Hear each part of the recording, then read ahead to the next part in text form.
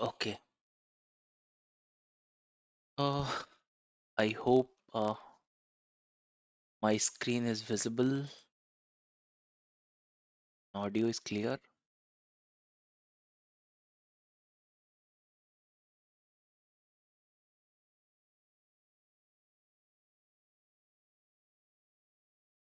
Okay.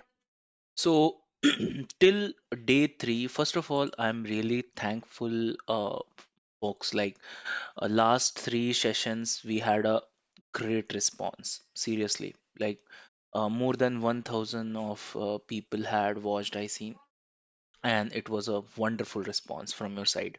Okay. So like I can see a lot of people had watched this, and I think it was very useful. Okay, in such a short couple of like we just uploaded the videos, a couple of weeks ago, and it was a good response in live session. Okay. Like at least this live sessions you are liking, I can see. So till day three we had covered, some basics aspect of Java. The last question we wrapped up with a wrapper class, and I hope you are good with that. And also, like people, a lot of queries came, a lot of enrollments are happening regarding, master program, and a lot of people, I just recently received at least 12 candidate uh, who are able to crack the OIM interviews and got a hike somewhere ranging between 40% to 200%, even two candidates. So like my efforts are going in the right direction, and I'm really happy, like I'm able to help people here. So let's start with today's agenda. Today I would be covering mostly. We will start from question number 52, 51. We have left with the last class, and today the main agenda would be covering polymorphism concept, constructor, and this keyword related questions. Okay, so like every session, like day one, day two, day three, like each day is nothing but a module. Okay, so I have tried to cover the Java, in few modules.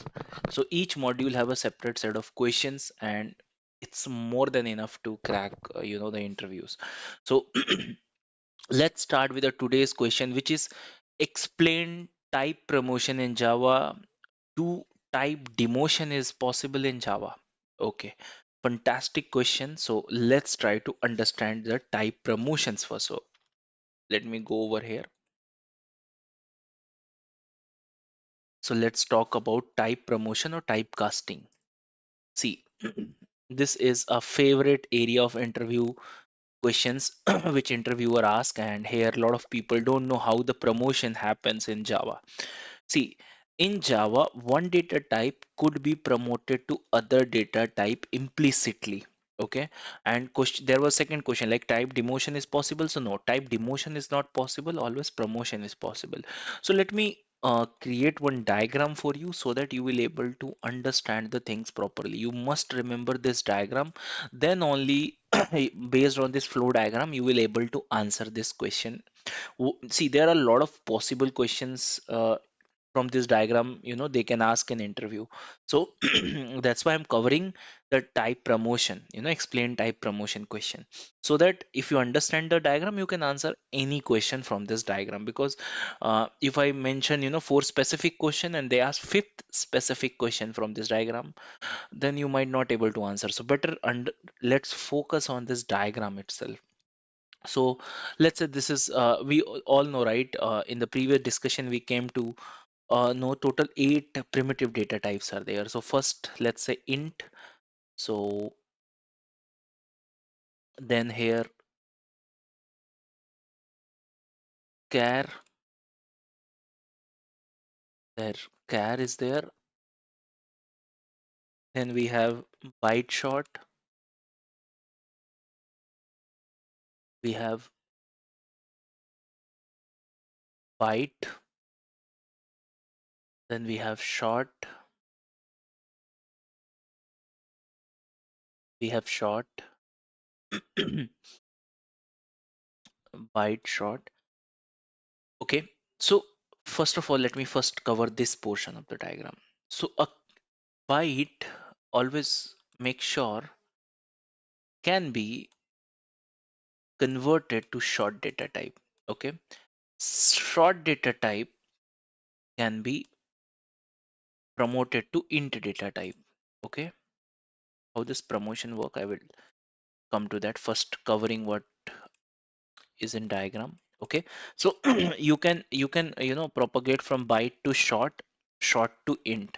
Okay, but you cannot reverse back, always keep in mind, which is called demotion. From character also you can,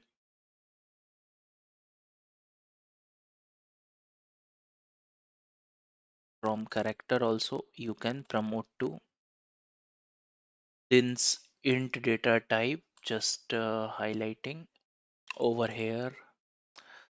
Let me pick up this thing. Just allow me a moment. Just a moment.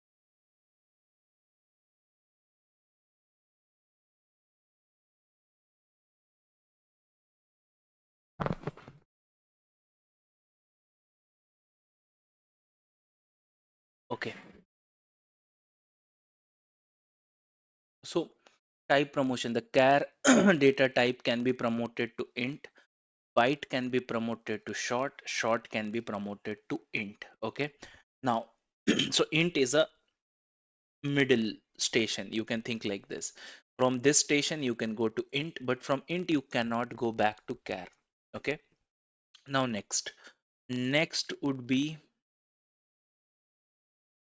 let me up a different. Next would be long. Next would be long. So from int, you can go for long. Okay. And from int, you can also promote to float.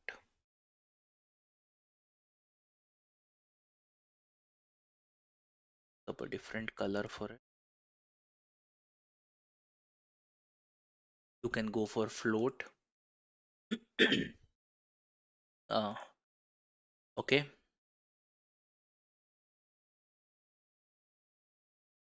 You can go to long, and from int you can also go to float. Just marking this diagram. Okay, so this diagram you have to remember. Okay, you can memorize, you can practice, however, but you have to remember it. Okay, so from int you can promote it to long, from int you can also promote it to float. Now, between long and float, who is the bigger? Between long and float, just see, then there are 5 words, there are 4 words. Just giving a trick to remember. So this is the bigger one. Okay, so you can also get promoted long to from long to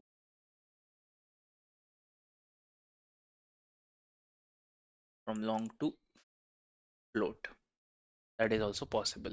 Okay, so long can be promoted to float, int can be promoted to long, int can also be promoted. Int can also be promoted to double.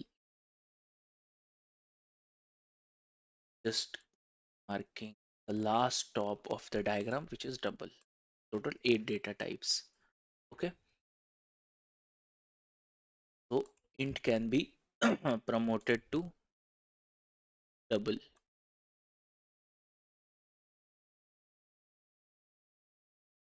Int can be promoted to double. Similarly, double, as you can see, 6 words. So it's bigger than both of them. Okay, so long can also be promote long can also be promoted to double. Long can be promoted to double, and float can also be promoted to double. Float can also be promoted to double. That's it. So what you have to understand, character, right? You if I hope you remember in the previous discussions we have also discussed about the whenever we were discussing about the primitive data type, we were also discussing about the size. What is the size of byte? Is 1 byte. What is the size of short, the size of short and the size of char is 2 bytes. Okay, its size is 1 byte, its size is 2 bytes. I hope you if you had remember, right, if you had gone through the session, okay, or memorize those answers, okay, to crack this interview. So its size is 1 byte, its size is 1 byte,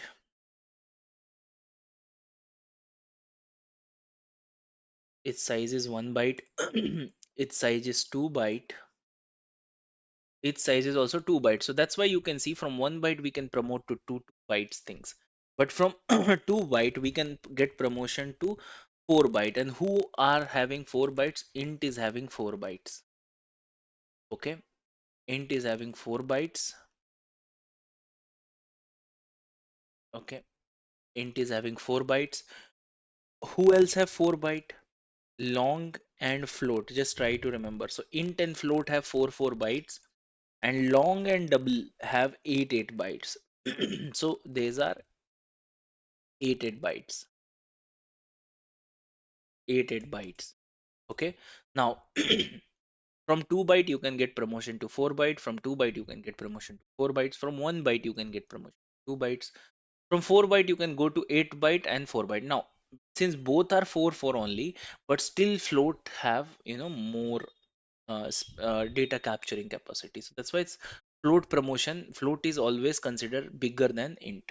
Okay, so int or these four brothers you can just compare with their word limits: 3 words, 4 word, 5 word, 6.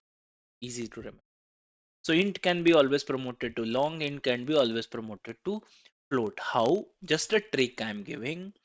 Okay, it has 3 word, it has 5 word, it has 4 word. So 3 can go to 4. 3 always want, let's say you earn 3 lakhs a month. So you do not have any issue if you get 4 lakhs a month.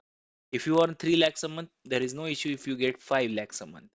Okay, but if you are earning 4 lakhs a month, you do not want to go for 3 lakhs a month. Simple, right? This is how you can remember it.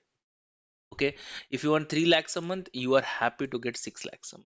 Okay, similarly, if you earn 4 lakhs a month, okay, you are happy to get 5 lakhs a month.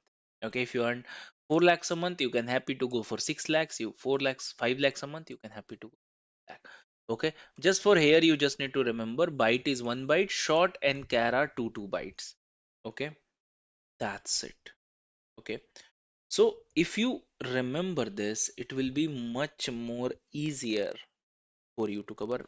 I just want you to draw this diagram first. It will be helpful for you. Okay, you can draw this diagram. It will be very much helpful for you. Okay, okay. I hope you are drawing, or maybe you can take the screenshot. So should we move forward? Okay, okay. I hope you all drawn. So as you can see, byte, short. Okay, this is one half of the coin. The second half is like this: byte, short, char or one half, int is another half, and long float double is another half. Okay, that's it. All long and double always allowed the big data types. Int and float are like same brothers. Long and double are same brothers. Okay, but double is little bigger in age. Float is it's little bigger in age. Okay, like this you can remember somehow. Okay, and the next question was, is type demotion possible? No, type demotion possible. Okay, so explain the type promotion. Now, how they ask the question? See, for example, see, first of all, what is mean by char to int? Let's try to understand. Char to int means int variable can accept char data, but reverse is not true. What is mean by char to int?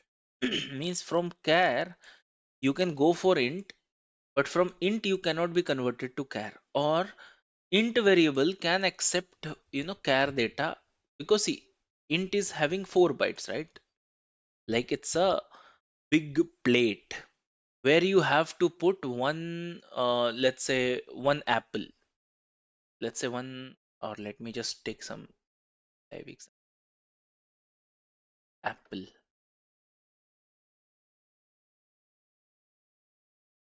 apple is there, and let me take plate. Let me take some plate, or this plate looks nice to me. I'm just taking this one. Okay, but it is smaller. Okay, so what I'm saying, this is an apple. Since this apple is smaller in size than this plate, so this means this apple can you can easily put inside this plate, right? There is no issue at all. Okay, in order to put the apple, you need an object which is the same size of apple, or same density or volume as apple, or you need something which is bigger than apple so that it can easily occupy there. Simple, right? But if I ask you, can you place an apple on, uh, let's say, on small dice, something, or small plate. Let's say one very small plate is there,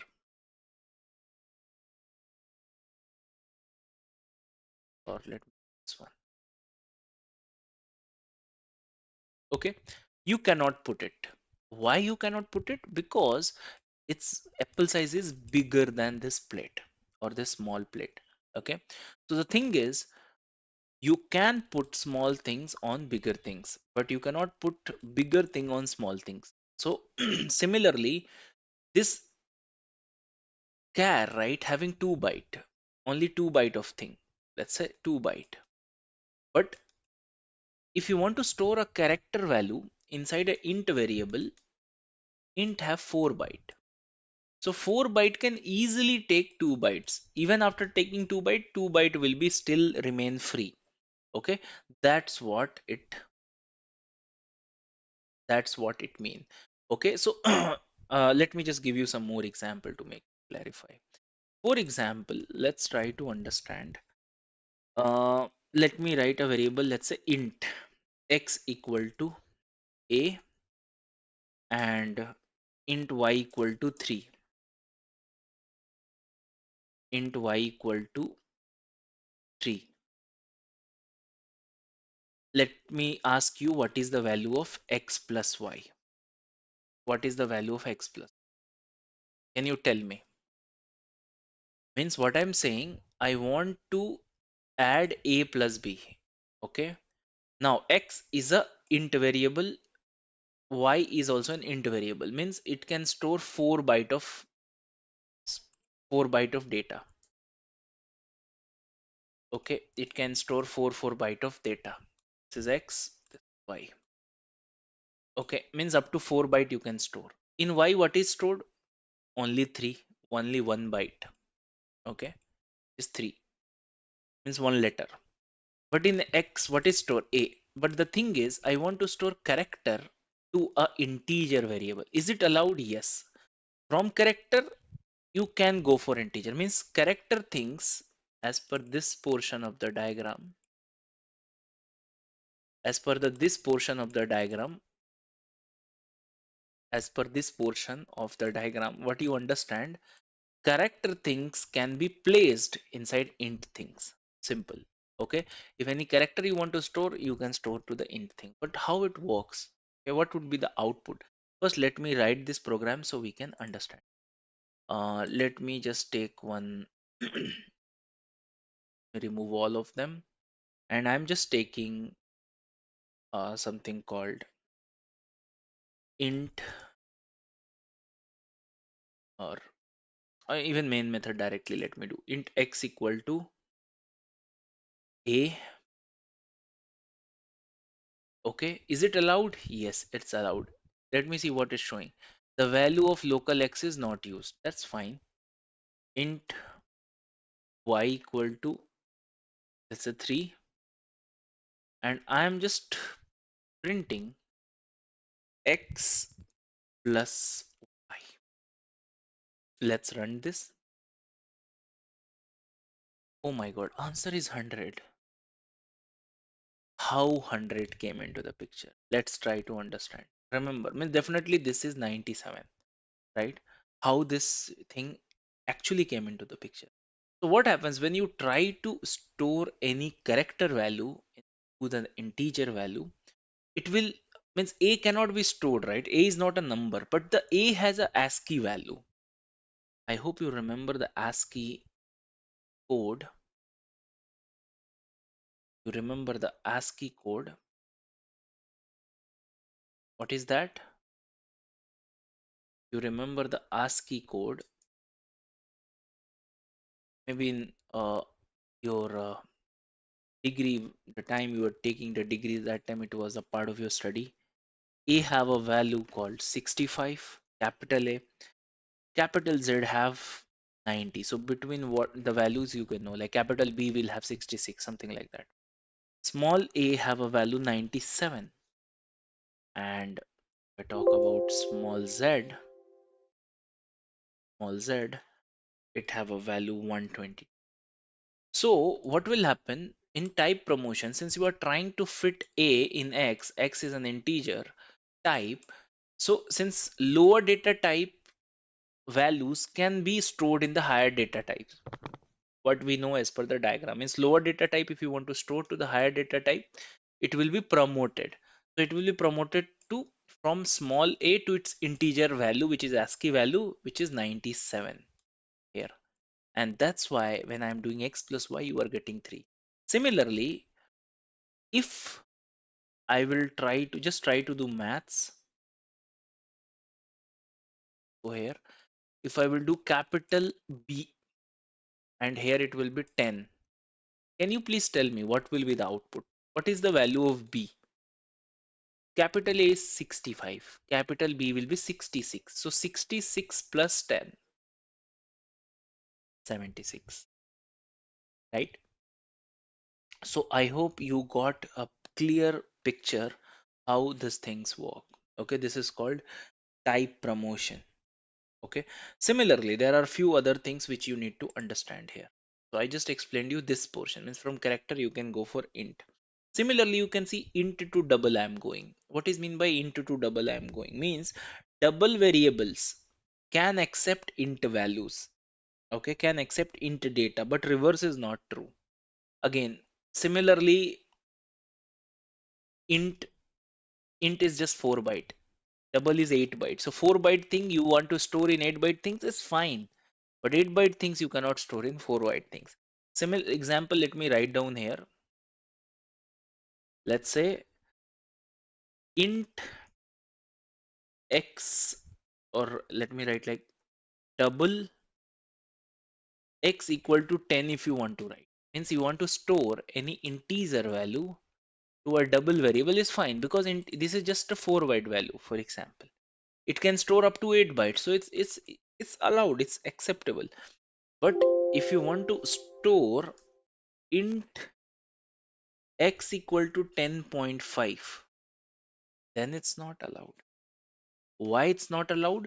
Because this is a decimal number or float value or double value, and int is only 4 bytes. So if you want to store any decimal number, okay, even see float is having, the more higher respect than int, size than int.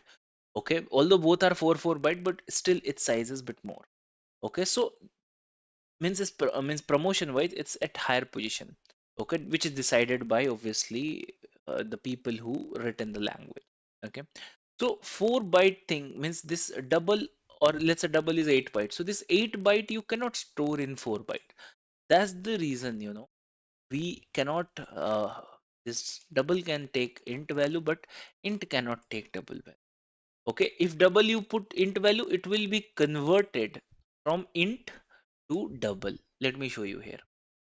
Let's let's say int x, or let's say double x equal to 10. Then what will happen if I will try to print x? What would be the output? Output will be 10.0. Means we can store int value to double, because it's 4 byte, it's 8 bytes allowed. And type is also promoted, right? From 10 it's become 10.0, means it's become a decimal number, okay, or double type. Okay, so this is called type promotion. Okay, so why, the question is now, the let's come to the actual, see a lot of possible questions from here they can ask. Why we cannot store, or let me show you here, let's say int x equal to 10.5. Why it's not allowed?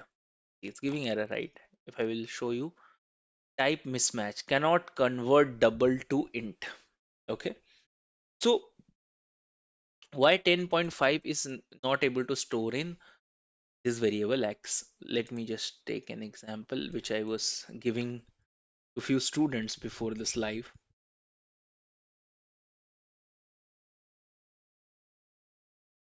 Okay. So for example, let me take some big elephant. Okay, and here you go. So can you able to make this elephant store, or can this elephant will able to stand on this plate? Just think. Will this elephant will can you able to put this elephant into the plate? Is it allowed? Of course not. Why you cannot put the elephant to this plate? The reason is the size of the plate is smaller and the size of elephant is big. You cannot put it. Similarly, the size of int is 4 byte, but the size of double is 8 byte. So this 8 byte stuff you cannot put to 4 byte stuff. Okay, so that thing you keep in mind. Okay, so this kind of type promotion based question they can ask. Okay, from like care, like they can ask you, like let's say if there is a variable called x and it stored a, and the variable which is called y we stored 3. If I do x plus y, what will be the output? The people will say a plus 3. Or compilation error. No, not at all. No compilation error, because it's a type promotion case, because you are trying to store char value to the int and it's allowed. Okay, so that you have to keep in mind.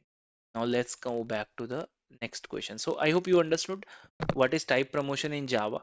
Okay, do type demotion is possible? No, not possible. Now let's come to the polymorphism topic, which is the actual hot cake for the day. That means if you go for an interview and from this 53 question to 58 question, if they don't ask a single question, it's not possible. They're definitely going to ask some question from this. So polymorphism, the favorite interview question, like the topic from there, they ask the question. So what is polymorphism? What are the types of polymorphism? So let's try to understand polymorphism in Java. So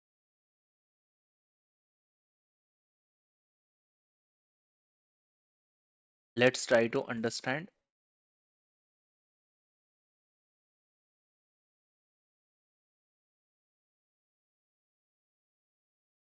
Type it, polymorphism. Okay, so let's try to understand polymorphism in Java. What is mean by polymorphism? First of all, see, polymorphism came from two Greek words. What are the Greek words? The first word is poly. So it came from the Greek words, two Greek words. And what are the Greek words? One is poly and second is morphos. Morphos. First word is poly, second word is morphos. So polymorphism came from two Greek words, which is poly plus morphos. Poly means poly means let me just poly means what, and morphos means what? Poly means many. Okay, poly means many, and morphos means forms. Poly means many, morphos means forms. So what is mean by polymorphism? So polymorphism, if they will ask you what is polymorphism, you can simply say polymorphism is a Greek, actually derived from two Greek words, poly and morphos. Poly means many, morphos means forms. So hence the ability to exist in different form is called polymorphism. Hence the ability to exist in different form is called polymorphism. Okay, the ability to exist in different form is called polymorphism. So in Java, mostly all type of polymorphism is possible. Object level polymorphism, variable level polymorphism, method level polymorphism. But here mostly in industry, we are more focused on method level polymorphism. In Java, a method can exist in different form. Actually, when we study polymorphism, we actually try to study the polymorphism in methods.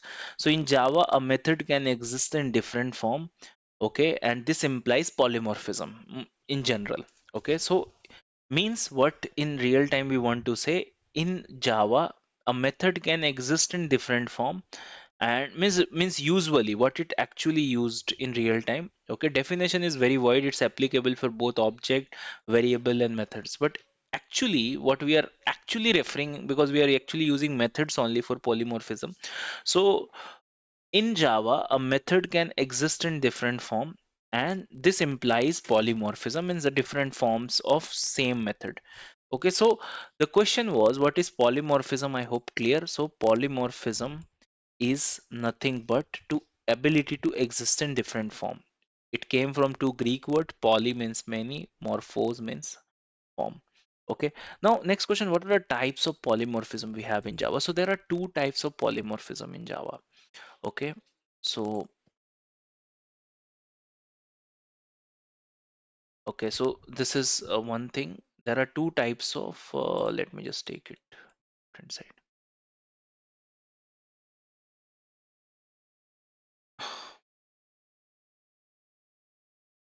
Okay, there are two types of polymorphism we have in Java. There are two types of polymorphism we have in Java. In Java, mostly everything is two type. So first is static or compilation. Compilation or method overloading. This is the first type of polymorphism. Static polymorphism, compile time polymorphism, or method overloading. Next is dynamic. Okay, again, one more type of question is asked, what is the difference? But for that, we have to actually understand the method overriding. That is not the part of today's discussion. So maybe I will cover it on later live session where I would be comparing both of them. Today, I will be having more Q&As only on method overloading. This one portion. Second portion will maybe coming in next lecture, live lecture. Okay. Otherwise, you will be confused. So dynamic polymorphism or runtime polymorphism or method over method overriding. Okay, so there are two types of polymorphism. First is static compile time, okay, or method overloading. Okay, compilation, I have written compile time.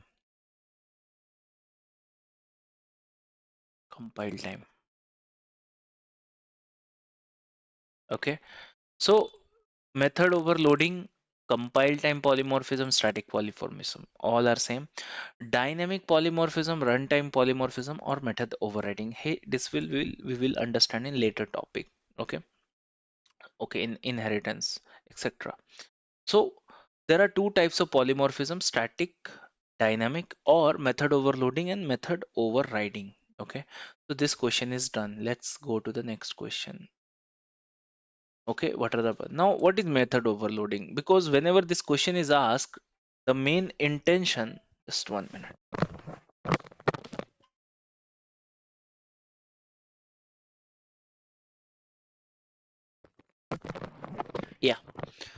So whenever this question is asked, the main intention is, first they will ask what is polymorphism. You are going to say method overloading, method overriding. Now they want you to pronunciate the word method overload and method overriding. Then the next level question begin. If you say I don't know what are the polymorphisms, so they will not ask you the question regarding method overloading, method overriding, because actually they want to ask you about method overloading. Okay, but before they begin, they just want to ask you the polymorphism, so you initiate yourself about, method overloading, then they will jump in to the method overloading question. So what is method overloading? See, let's talk about method overloading.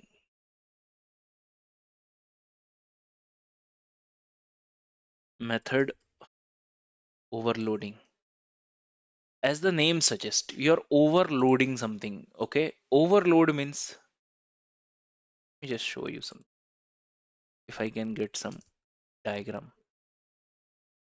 See, this person you see, right, or this vehicle you see, right, it's overloaded vehicle. Okay, means on the same vehicle we are loading so many things. Okay, if this vehicle have, let's say, few objects, has only few objects, let's assume it only have few objects. Okay, just trying to create, let's say, one object only, then is it overloaded? No, it's just underloaded. Okay, but when you add so many things more than the capacity, then it's become overload. Okay, overload is a regular word, right, which we use in our day-to-day life. So similarly, what happens to the method, how method is overloaded, means how method is carrying the more weight.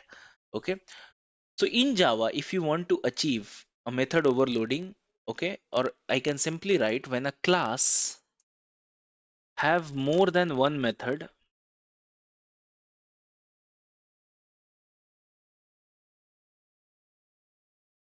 when a class have more than one method which satisfies two conditions, then only overloading come into the picture.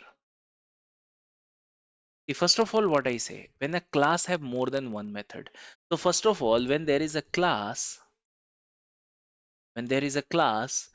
there are methods. For example, there are methods, method 1, method 2, okay, method 3, okay, like this. There are multiple methods are there, for example. But what is the condition? When a class have more than one method, means definitely there should be either two methods or three methods or four method. It means overloading is not applicable if there is only one method, because when there is only one method, it's not overload. Overload means more than one thing. Okay, so if a class have more than one method and those multiple methods satisfy two conditions together, what is the condition they satisfy together? The first condition which they satisfy, all methods must have same name. All method must have same name. When in Java all method have same name, then it's a overload situation for Java, because actually compiler don't know whom to call with. Let me just show you here in the same example. For example, here I'm creating some methods. Let's say void test, or let's say void display. It's one method. This method have sys. This method have something called hello. Okay. Let me again create one more method. Same display. Hi. Now you think this is a problem for Java. It will give error duplicate methods. Duplicate method display.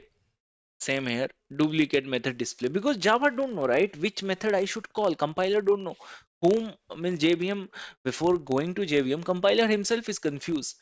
Which method? If user asks me like test t new test t dot display, which display I should call?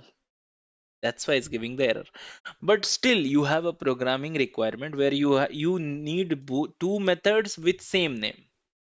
Okay, Method should be same name, two method will be there and both should have same name, or there should be three methods, same name I want. I don't know, but I just want same name for three methods. You may be surprised. Sir, why we need three method with same name? It's required actually. Let's say you are preparing one calculator, so there will be one method called let's say sum method, which will add one number, which not one number, two number, three numbers, four numbers, five numbers, six number. Okay, example just I'm saying. So you could need again, that add method or sum method, but the parameters will be different. Like one method will add only two numbers, another will have three numbers. So one could have x y, second could have x y z, like that. Okay, so if the situation came where all the method have same name, that's a overloading situation for Java. Okay, if there are more than one method and both are having same name or all are having same name, this is overloading situation for Java. And how to fix this situation? Okay, in method, the method is overloaded, right? Because same name and more than one method. Now how to fix this? That fix is also in this condition. Both methods should be same name, but number of arguments or type of argument should be different. Should be different. This is important. Means number of argument, if you can put different. Say, let's say here zero argument. Then here I'm writing int x, one argument. Then here I'm writing int x comma int y. Then see error is gone. Means there are three methods which is more than one. As I told, there should be more than one method. And there are more than one methods and they all satisfy two condition. First is all have same name, which I told. And number of arguments should be different. So see, all having different number of arguments. Zero argument, one argument, two argument. Or there is one more way to achieve method overloading. Okay, if all method have a same name and you want to overload those methods, so that Java can, clearly use those methods, you should change the type of arguments. For example, I can overload the method in this way also. Let's say this int x int, let's say m I am writing. See, now these are, now compiler is confused which display to choose because both are accepting integer as an argument. But if I make float, issue resolved. So it could be in terms of number, means if all are having same data type as an argument, so their quantity should be different. Means number of arguments should be different. Or if you are using number of same number of argument, then in that case it's allowed, but with a different data type of the argument. Okay, type of argument should be different. So all method must have same name.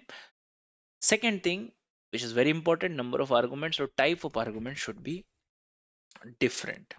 Okay, this is how it works. So this is how you can overload this method. I can again overload, like float, then I can write double, that is also allowed. Even with float, it's I can allow, let's say float m, giving error, just I'm changing it to, now you see both are, although it's look like up to same here, see, but the problem is here number of arguments are different, means it's different from it in some way. It's not a Xerox copy. If until it's not a Xerox copy of it, it's allowed in method overloading. I hope the concepts are clear to you. Okay, now next question. So what is method overloading? I hope it's clear. Can we achieve method overloading by changing the return type of the method? Okay, means what it's saying, let's say this two method I am overloading. Let's say I want to load, let's say two methods are there, int x, int m. I want to overload them. Okay, or let's say without parameter, let me show you. First of all, is it allowed? No, duplicate methods. But if I change here the parameter, number of argument or type of argument, immediately it become two different methods or overloaded method, right? Now the question is, if I change the return type of method, not the data type this time, okay, or not the argument, is it, will I see, now you will say, sir, both are different method, right? It's a int, it's returning int, it's returning void. No, Java don't work like this. Compiler don't work like this. Because here, let's say I created the object of this class. Let's say new test 3. Okay, I created the object, and in this new object, if I write display, now he don't know means which display I should call. Should I call this one display or this display? Compiler is confused. Since compiler is confused, it will create ambiguity. That's why changing return type of method is not gonna help. Okay, what gonna help? Even return type you can have different, but what gonna help is argument you have to change. Okay, then only it's allowed. If you don't change what is now is giving, the method must return something. Okay, so let me return something. Return 1000 something. It should return something. I'm returning something, then just to avoid error. So now you see what the thing is, this will not gonna help you. Okay, even it's same. Okay, still there is no problem, just need to remove the return now. Okay, the main thing in overloading is not the method return type, rather than the type of the arguments. Okay, and number of arguments that are important. So I hope you are clear with this. Can we achieve the method overloading? Okay, can we achieve method or overloading? We achieve method overloading by,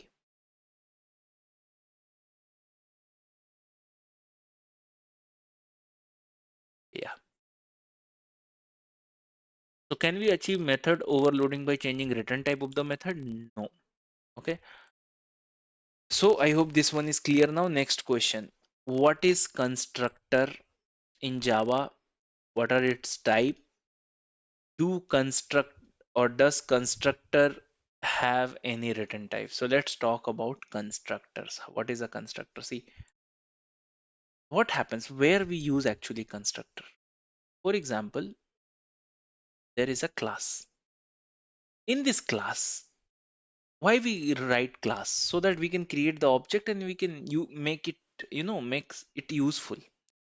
So whenever I'm creating the object of this class, let's say the class name is test.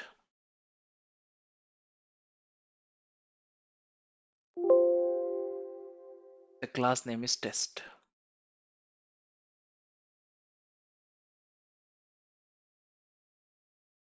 Okay, how to create object? New test. So whenever I'm creating object of this class in real time, what happens? Most of the time, if you had gone through something called JDBC concept, where we connect databases. So there, whenever we want to perform, let's say, a read operation, CRUD operation, ultimately create, read, update, delete on any table in database, first you need to connect with database. Every time you want to read the database, step one always should be you have to connect with database. You want to update some tables, first step connect with database, then update tables. So every time when you do any CRUD operation on tables, what is common in all? You have to connect with database. So whenever you are trying to perform this operation, okay, every time one thing is common, which is connection. Every time that connection thing should be happening. So whenever you have some requirement where some set of data is, some set of actions are always going to happen. Whenever, as soon as you start anything and you need, this prerequisites should always be there. There's always be, this set of code should always be executed when I start my program. Those prerequisites are actually created, or if you want to, as soon as you want to create this object, you want some set of codes always execute first. As soon as the object created, some set of codes always going to execute on object creation. For example, there is a method called display. and there is something inside this method. Okay, but the problem is when this display method will execute. This display method will only execute when you call new tester dot display. When you call this method, it will not execute by himself. You have to call this method. But what is the requirement? Whenever I just create the object, I don't want to call anything explicitly. As soon as object creation done, some sort of prerequisite things automatically got executed. Okay, those things are written under constructors. So constructor is nothing but it's like method only, but it don't have any return type. First of all, a method always have return type, even void. Okay, void, int, float, double. Okay, these are return types of method, but constructor don't have a return type. It's like method only, but it's have few features, like it should always same as the class name. So the name of the class is test, so constructor name should always be test. And this, see, look like method only. Curly here the braces are there, right? So it's like method only, but only one difference, its name will be same as the class name. And second thing, it don't have any return type. Like here you say, sir, here also there is no return type I can see. Means here it will be void display in actual when you write the code.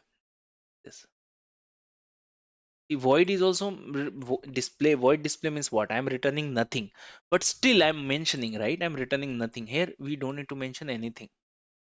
You can maximum write, like you, how you can write this void, like public void display. Means what is public? Public is access modifier. Void is return type. Public, private, protected are access modifier. Void is return type. So you can write the modifiers like public test. That's fine. That's okay. But you should never write this void. You should never write this.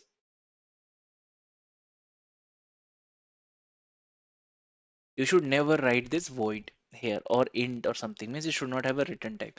So what is a constructor? What is a constructor? What I can define, constructor. Okay, caps lock is on. Constructor is like a method, but without any return type. First of all, it should not have any return type, and it's invoked without any return type and same name as class name. Class name. And it's executed or invoked automatically when the object of the class is created. Let me prove this statement to you. Okay, so what is the syntax? Syntax is you can maximum use access modifiers like public, private, protected, followed by the class name. uh, like this, like this. Okay, this could be the maximum syntax. Yes. Okay, so let me first show you over here, or let me first define also. The next question was what are the types of, constructor? Okay, so there are two types of constructor. One is default constructor and second is parameterized constructors. Okay, so constructor don't have a return type, even void, just keep in mind. That's the question. Does constructor have any return type? No, not at all. So now let me go to the programming and let me try to make you understand, just removing all of them. Okay, I think I've already written some program. Here you see there is a class called example constructor. So here you see I had created two constructor. Okay, one is a default constructor and another is a parameterized constructor. So when I create the object of the class, I'm not liking this way. Let me write myself. I don't like just explain on written codes. Let's say this is a test class. So how the constructor will be created? Same name as the class name and followed by this braces, and that's it. This is called constructor. Okay. So whenever if I'm writing something, let's say this out default constructor ID. Okay. So this is a constructor and having some operations. So when I will create object of this class, let's say new test. Every time when I will create the object of this class, automatically whatever is written inside it is going to execute. You see the magic. See? And as number of as many times I will write the code, it will do that. See, I've written 5 times. See, so this is called constructor. Constructor means it's same like a method, but in method you have to invoke the method explicitly. You have to call that method with some object, right? But if you want some operation which should be, like executed at beginning itself, okay, where you have such sort of requirement, like mostly we got requirement in connection object or something like, some variable you want to initialize in the beginning itself, then we go for a constructor. Okay. Now, what is parameterized constructor? The again, constructor can also be overloaded like a method. How to overload a method?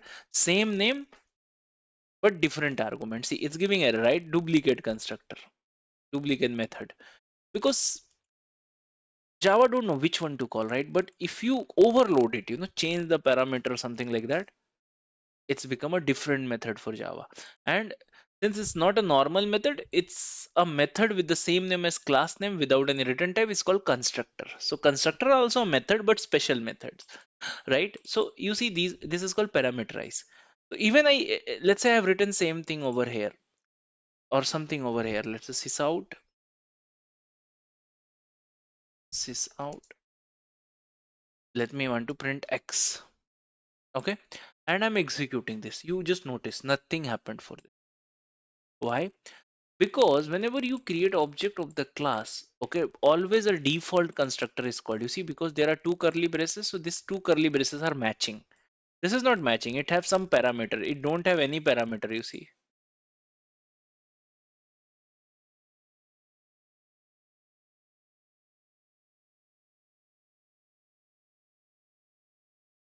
Okay, it don't have any parameter, so this is the correct match, and that's why this is being executed. But if I will somewhere, like here in third statement, if I write 10, and then I will execute, you notice 10 is executed. Why? For these two times when I created object, there is this is the correct match. So this is being executed.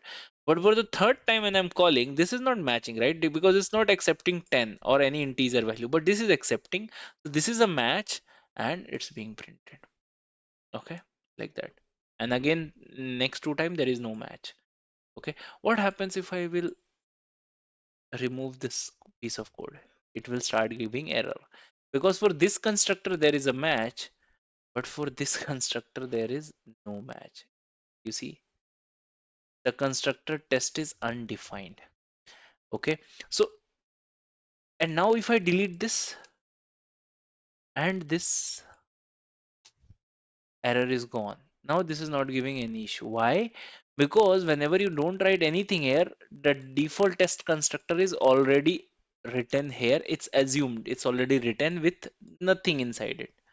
But when you explicitly mention any constructor, which is called parameterized constructor, okay, or when you write a constructor yourself with your hand, then JVM will not write any, take default constructor. Okay, so that's why that error was coming. Okay, so I hope this constructor is clear to you. Okay, so in constructor, right, if you want to execute some piece of code, in every time when object is being created, you write that piece of code here. So whenever the object is created, that piece of code is always going to execute because there is a match. Okay, next question. If we don't invoke parameterized constructor, default constructor is invoked by JVM automatically for object creation every time. Means if you don't mention, let's say if I only mention parameterized constructor, then default constructor is not being called, you see, by JVM.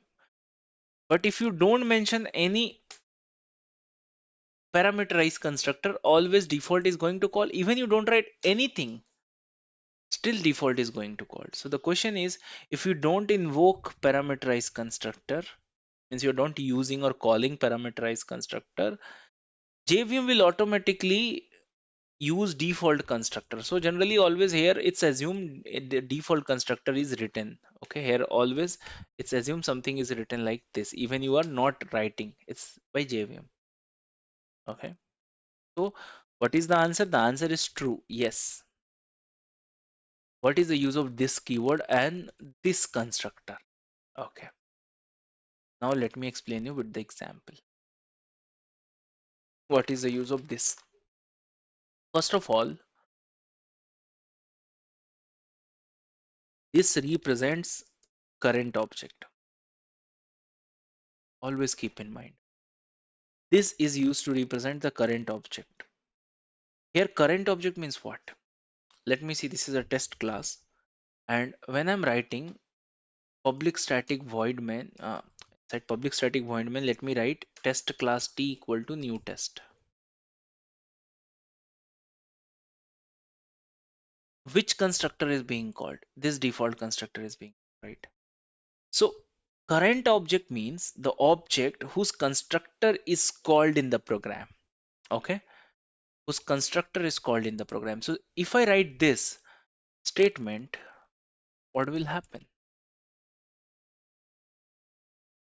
If I write this statement, what will happen? It will create a object called test, new test.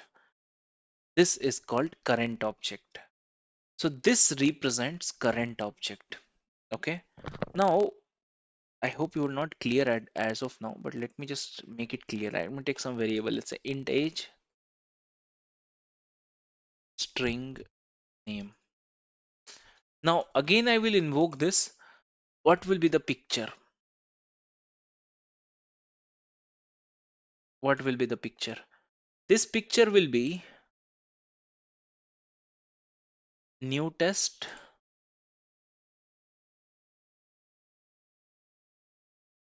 and here will be two variables. One will be age and another will be name. Okay. Now, as I told, this represent current object. This current object, everything is represented, can be represented with this keyword. So if I want to represent this age variable, I can write this dot age. What is mean by this dot age? The meaning of this dot age means, if I write this dot age, means age variable inside the object circle. Okay. Similarly, this dot name, the name variable inside the object circle. Let me just show you here. For example,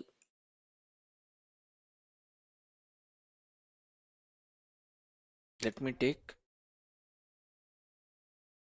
one default constructor. Let's say test. Here I'm again taking same variable age comma name. Now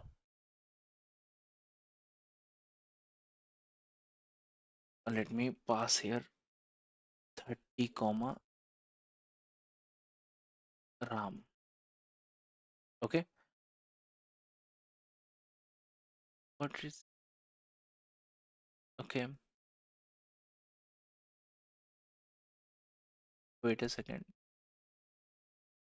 Anyway, let me proceed further. This dot age equal to age uh, bracket issue or what is main. Yeah, that's fine.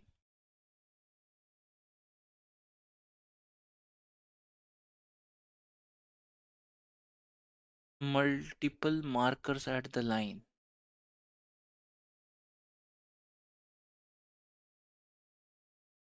Okay.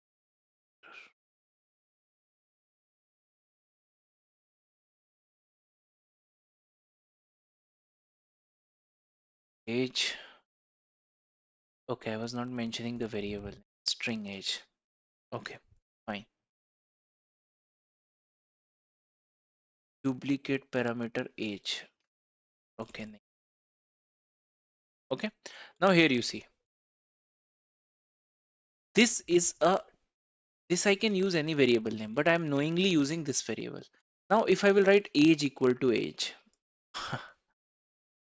don't you think it's a confusion statement? This age is which one? It's this or this, and this age is which one? This or this, right? Means let's say here I passed 30, so here this 30 came. So this 30, right, is going. This 30 will store in this age or this age. Okay, so this is how, if you want to make this, and at the end, what is my goal? My goal is to take this temporary 30 and store it to this variable. So this is the variable of this circle or object, which is the current object. So this, if I write like this dot age, what is mean by this? This age, this keyword, if I will make it very simple, if you put this key dot in front of any variable, it's representing actually the class level variable, like here, or instance variable. And which is not having this is nothing but the method level variable. So this value will go here and that value will assign to this one. Similarly, this dot name means I'm talking about this name equal to name. And what is this name? Is this name. Even here I write X, then you have to make it X. Okay, so whatever is in X will go to which name? This name. But since if you use different variable, then that time this word is not required because there is no confusion, right? Name and X. So whatever is in X will go to name. But if I'm using the same variable name, then compiler is confused which name is which name. Okay, so name equal to name I cannot write. It's giving a confusion even as me as a programmer. So right. So this dot name if I write, so it's giving a clarity. This name is nothing but this, and this dot name is nothing but this. If I print it, okay, okay. Since I'm just storing here, I also have to print it. So here,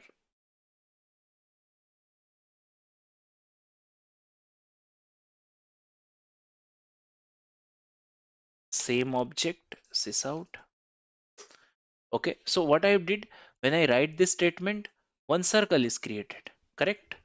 That circle have two variables, age and name by default. Age will be filled with the value 30 and name is filled with the value Ram. Now what I'm going to do, the same object which is referred with a T, right?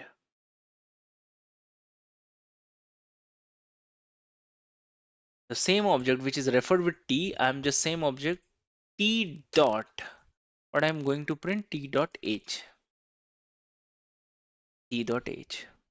T dot age. Let me see what is coming. See 30 is coming because the current object age variable is holding 30. Similarly,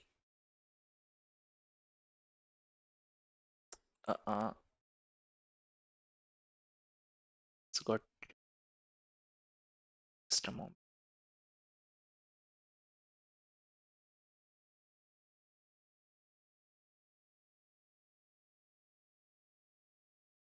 Just a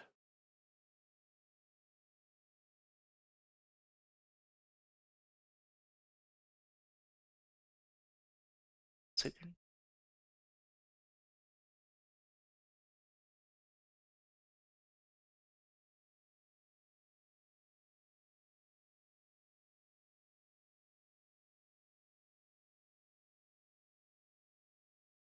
I think some issue with Eclipse.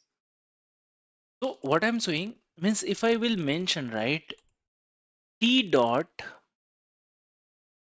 if I will mention right T dot age, it will print age. If I mention T dot name, it will print the name, right? So T is nothing but what? This is nothing but what? It's representing the current object. Okay, this dot age means this picture should come to your mind inside the circle we are talking about. Okay, some issue came. Anyway, leave it. So let's come back to the question. Okay, What is the use of this keyword? This keyword is used to represent the current object. Here current object means the object whose constructor is called in the program. Okay.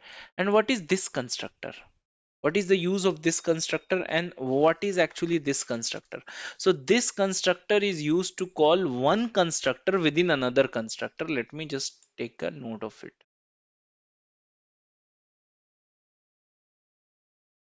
This constructor. What is the use of this constructor?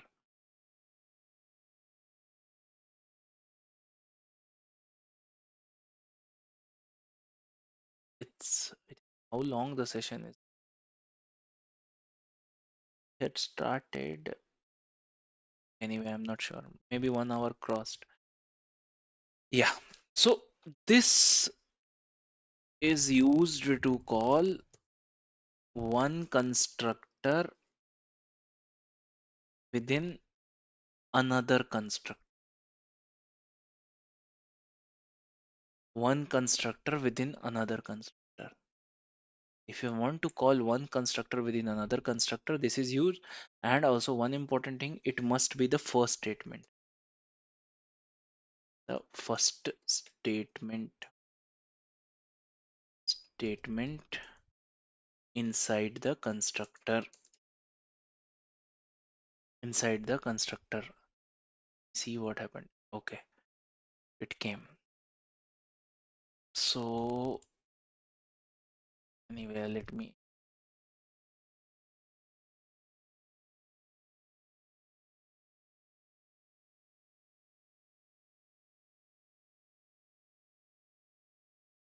Okay, let me show you some example. Let me just remove all of them. Okay, that time I wanted to show you sysout. Sysout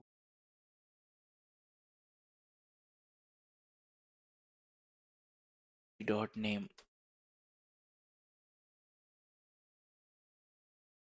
Now let me just try to create some scenarios. Let's say this is a test class, okay, which is having again two variables. Now let me have a default constructor. Let's say test,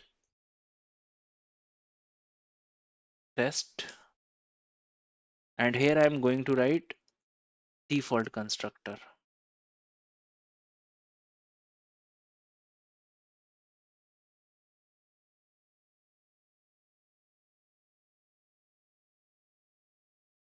Okay, now what's happening here? Okay, and I'm going to create one more parameterized constructor. Let's say int age comma int name. Okay,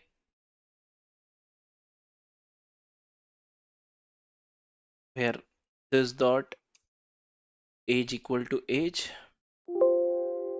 and this dot name equal to name, means whatever comes to this name will go to this name. What, why it's giving error? Type mismatch. String.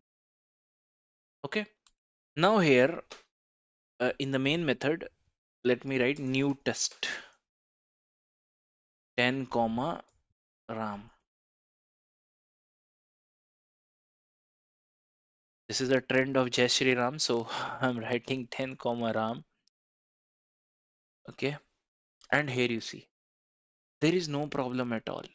But what's happened, had default constructor called? No, because whenever you explicitly write a parameterized constructor, default will be only con when you will write like this,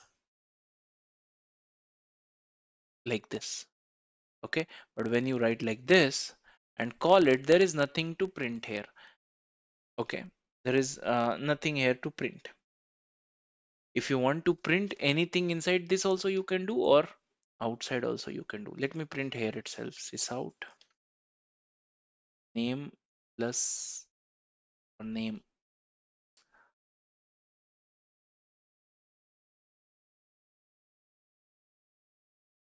Sysout age. Just here itself. You can do it with object also, whatever. There are thousand of methods. Just wanted to show, see, Ram and 10. Now, I want to call this constructor also, but I do not want to write one more line like new test. If I write a new line like this, then both will be called. But I don't want to write like this. Is there any solution? Yes. You can write a this constructor,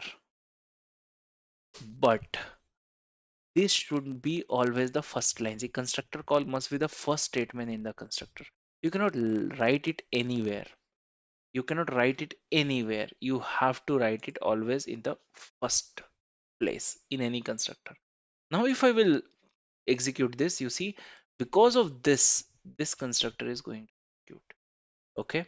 And because of, and since I'm calling this constructor, so this constructor, because of object creation, this constructor is being called, and inside this constructor is being called.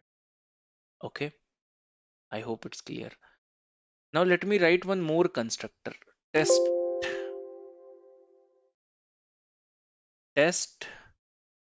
int age. Okay, is one more constructor, and I am calling inside the constructor, or let's say, okay, that's fine. Inside this constructor, let's say I'm calling or fine, this dot age equal to 20, or this dot age equal to age. Okay, let me write it here. And now what I'm trying, if I will write here this comma 30, and if I execute it, now you try to see what's happening. Since I call this constructor being called, and when I call this constructor has been called. You see this 10 comma ram. Okay, and when this 10 comma ram is called, what I'm printing this, and also sys out age. There. Now you see here, when I executed this one, this constructor is called, and when this constructor is called, then this with the parameter, so this is a match, then 30 is printed because I am passing 30 explicitly to this place. And then here again, it's been passed 10 and ram, so 10 and ram is coming to this places, and 10 and ram is being printed. That's why this output is. So I just taken, all possible of permutation and combination and made this for you, so that it will be very, very easy for you to understand. So today we covered about the constructor. What is this keyword is used to point current object. This is used to, and this constructor is used to call the one constructor within another constructor, right? And I have talked about polymorphism. Method overloading means same name with a different arguments. Okay, and we have also seen some type promotion example. Okay, in type promotion examples you have noticed 2 bytes can go for 4, and in the 4 there are two brothers, int and float is a big brother. Okay, and rest are 8 bytes, 8 byte long and double. Okay, so that's it for the today session 4 for core Java interview preparation for IDAM developers is done for today. And this is nothing but just a part to just brush up your interviews. Again, this is just, I try to give some more insight today, more practical, but already lot of practicals and things are already done with the hands-on in Oracle Identity Manager. 70 hours of program there, these things are thoroughly discussed, and still I am giving you some interview questions. Their practicals are there, and here I am giving theoretical Q&As, okay, with limited examples. But yeah, theoretically, in terms of Q&A wise, I'm giving you all possible interviews Q&A, but here it's all practical. Dumps are there mentioned inside the live lecture itself. Okay, these topics are covered, exception handling and everything. for them. Okay, so uh, Black Friday offer is, just running for few more days, and after that the price will be as usual. You have to, just get it to enroll. And already a lot of people have enrolled, so those who are interested, can take advantage of this before it ends on 30. Okay, so that's all for today. I hope you found it helpful. If you have any question and query regarding the enrollment, you can send us a query message on the given WhatsApp number. We will definitely get back to you, or you can drop the mail to support@ktport.com, and our team will glad to help you out. So thank you so much, folks, for your valuable time and going through this. We'll see you in next video or possible live streaming. Bye bye.